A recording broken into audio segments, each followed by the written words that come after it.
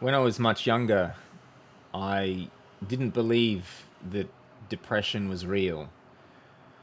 And I find similarities in what Andrew Tate says about depression, where he says it's not real.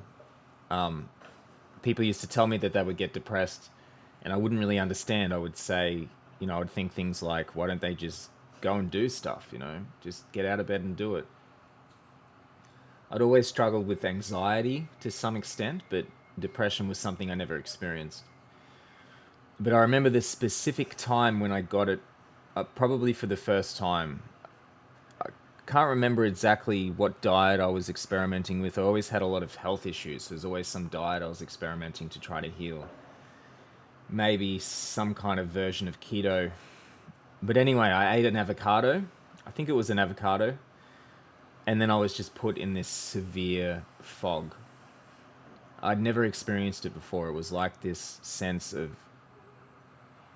dark fog that made it impossible for me to be able to connect with anything. I would go through the motions of living my life, my job, the people in it, hobbies, whatever it was, and nothing would feel like it's real. Everything just felt doomed. It was very scary. I was terrified because I understood very clearly that if this feeling did not go away, I would want to die, without a doubt, because it just makes everything have this sense of pointlessness, just an inability to connect with anything in life. And it's terrifying. And then I started to get it more and more many years later. The most I ever got it was recently, over the last year or so.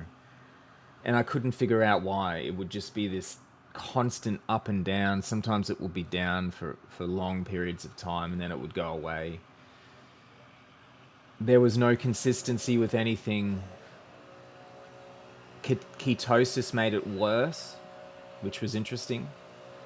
Dairy made it worse. Probiotics made it worse. Things that you would think would make it better made it worse.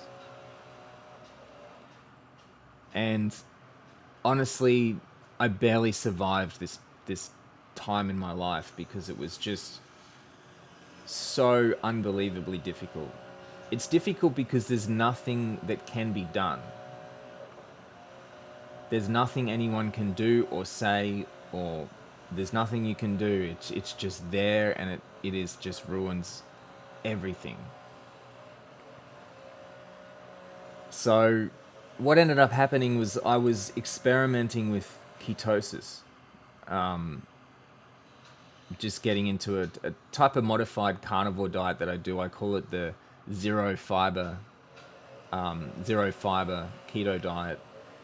And there was this one day where I was just feeling so awful. And then I went home and I drank, it was half a teaspoon of powdered magnesium. Just one that you buy at the chemist. And instantly felt better.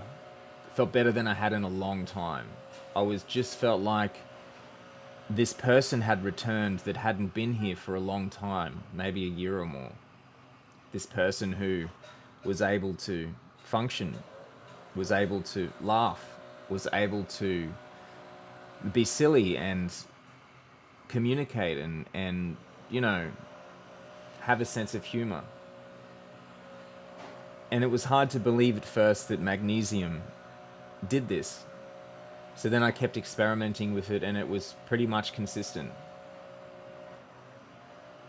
It's not as effective when I'm out of ketosis for whatever reason, but it's still effective.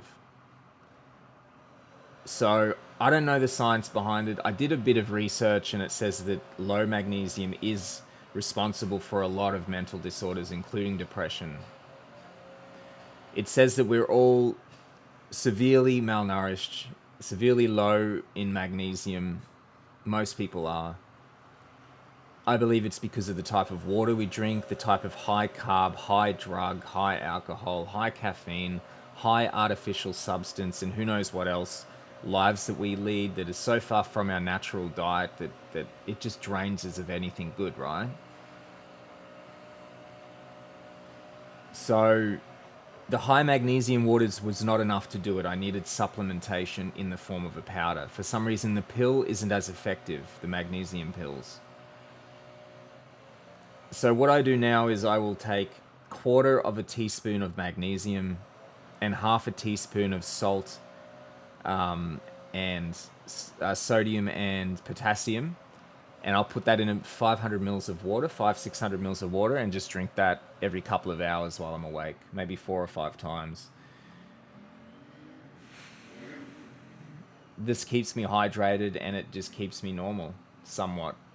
Not everything is fixed, but the depression is extremely, infinitely better.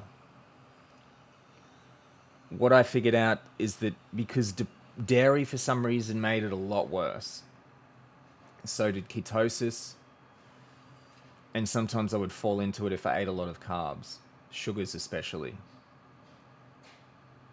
These things do deplete magnesium. Sugar takes, I think it's something like 1 molecule of sugar takes 6 molecules of magnesium to be processed.